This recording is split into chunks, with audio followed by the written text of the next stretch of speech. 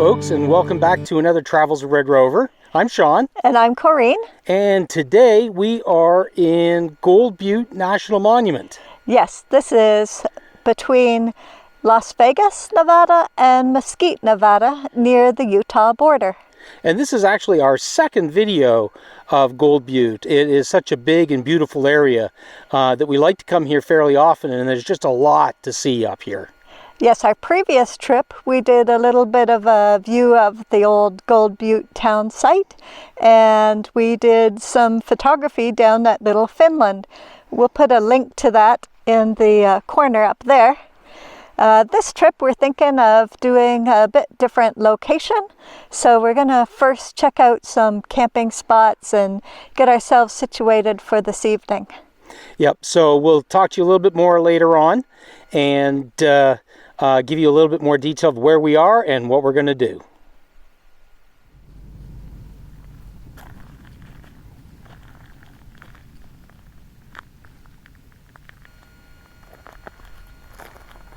So one of the things to remember when you're coming up to Gold Butte is you got about 20 miles of very rough road. It's a good idea to take your time. You're going to find lots of broken asphalt, some pretty deep potholes, and a variety of gravel through tar over gravel types of road. And it can be very hard on your suspension and tires if you try to drive up the road too fast. One of the other things to remember is if it happens to be raining hard or there's rain forecast for the area, you might not want to come up here. One of the big problems is there are a number of washes on the road. Several of these actually wash out when they have a big rain, especially those down near the Virgin River. Otherwise, if you take your time, it's a great spot. And if you're patient, the road isn't too bad. So we've stopped here at Whitney Pocket, which is not very far from the entrance to Gold Butte National Monument.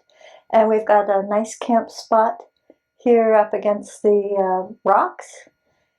It's just a little before sunset, but we have some distant hills in the west, and the sun has set down behind them. So now all our area around us is in shade. But back behind the rocks that are behind me, there's some nice clouds that I'm hoping will light up a little bit for us just as the sun sets. So it's now just a waiting game to see if we get some color in the sky. So as Corinne mentioned already, we're here in this lovely spot. We're just waiting for the sun to completely set and some color develop in the sky with some lovely clouds up behind us. You'll probably see that more here on my camera. The only thing we're working against is the land is very dark. So now that the sun is set, it's not very clear, and having to use quite a few filters to bring down the sky brightness in order to actually see some of that land. So we'll just have to see how that all works out. So Shawn mentioned that he's using some filters tonight. Because of the shape of the rock in front of me, I'm going to try working without filters. And I've got my ISO set to 100, and my white balance is up near 6400 Kelvin. So that helps bring out the red of the clouds. On this camera it's not so vibrant, they just look white. And I am working on a f14 aperture, and other than that it's pretty straightforward. There's not a lot of depth in the photo, so it's pretty easy to set a focal length for this. And we're just starting to get some nice color. Here's my composition. It's a little lopsided with the peak to the left, but I think a few clouds there on the right side are helping to balance out the picture.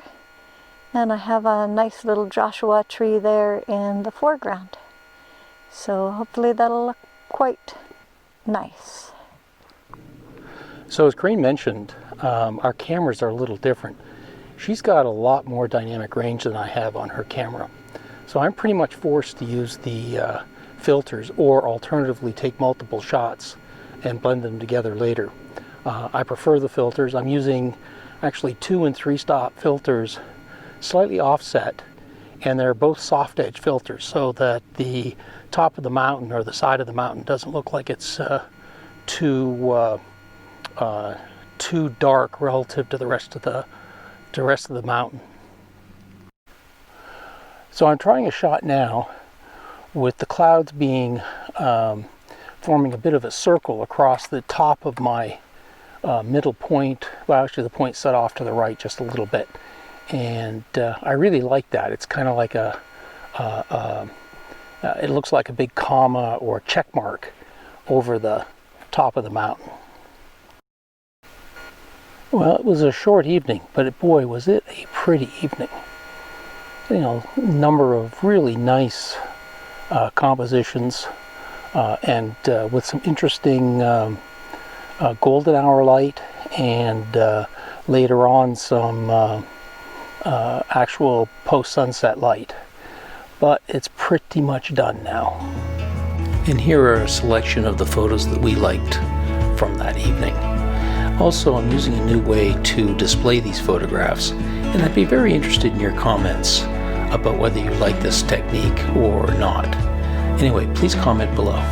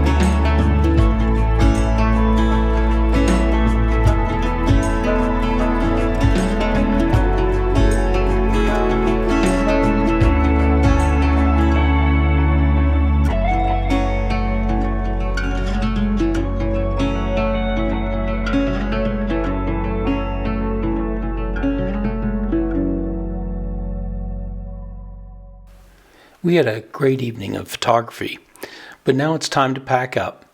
We're very lucky that the van has a cavernous back, and that sort of swallows lots and lots of equipment.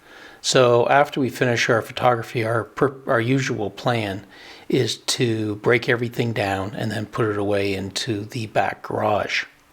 The blue blanket that you see there is actually a dust cover that covers everything after we're finished packing.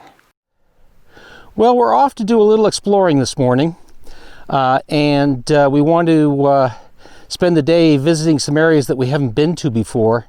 I mean, the one thing about Gold Butte National Monument is that it is absolutely huge, and you can spend literally weeks up here and never see the same thing twice. So even though we've been up here a number of times, we really haven't explored the area very well. And today we're going to try a new place. Do you know what it's like? You drive along a road, you go by a sign. Every time you go along the road, you drive by the sign, and you start to think to yourself, well, maybe I should go down that road sometime to have a look and see if there's something interesting. Well, this sign is the sign that we pass all the time, and always think we should go down there to see if there's something interesting. So today we're going to go down to Fisherman's Cove to see if there is something interesting. Now, it's about 10-mile road, which is a little bit misleading because it's 10 miles of very sketchy road. So we'll have to see if we can actually make it.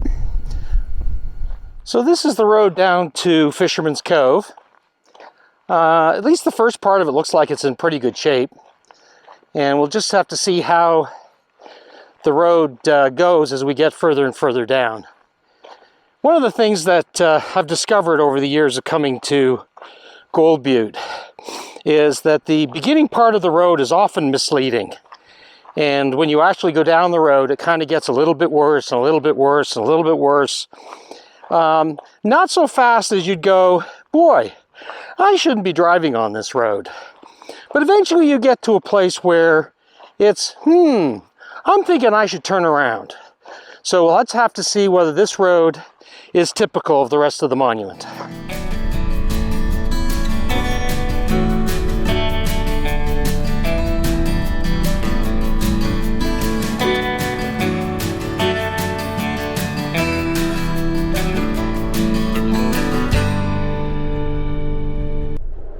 So as we continue down the road, as I mentioned earlier, the road keeps getting more and more challenging. We're now down to driving in the wash in at best that can be described as a gravel path.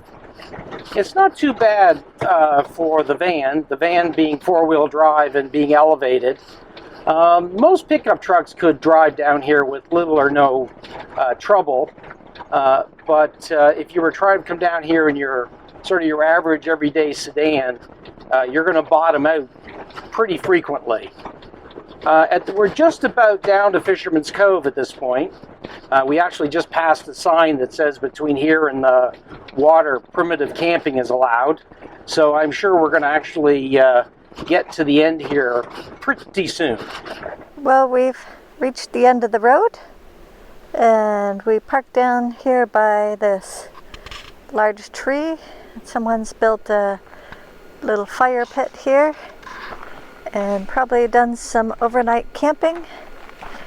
And just over here we see the entrance of the Virgin River into Lake Mead. And the river's flowing quite well today. It's a lot calmer down here than it was where we started this morning. We had some wind this morning, about 14-15 miles an hour, but here it's lovely. And on the shores here of the river, there's tamarisk trees, which are an invasive species. They've really done a good job of taking over from wherever they were planted along the riverbanks. Down here in the sand along the banks of the river, there's plenty of turned up soil, which looks like some hoof prints from grazing cattle. Walking along a path here that's near the river, and it looks like it's been used by the ATVs. I thought I was going to try and get a little bit higher view so you could see more of the width of the river. But as I go by this area, you can see how dense these tamarisk trees get. Unless there's a path through them, you'll really find that they're quite dense, almost like a grove of bamboo. And they grow quite a bit taller than I am, so it's hard to penetrate. Well, this is pretty cool. I've come near the edge of the embankment on one of the shores here of the Virgin River, and on this gravel patch there's quite a few shells that have been deposited and then died. So our camp spot here by the edge of the river has a nice elaborate fireplace. And I know lots of people really enjoy having a fireplace when they're camping. Shawn and I don't carry any firewood with us. We don't like to use up our space with firewood because we're usually packing lots of camera gear and some lights if we're going to do night photography.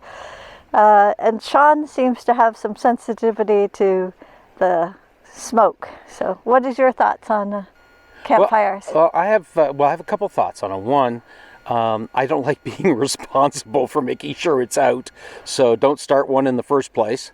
And then secondly, as Corinne said, I'm very sensitive to the campfire smoke. So I find it, in fact, I can't even really stand being around somebody else that's burning a campfire not too far from us. So I'll tend to want to be as far away as possible.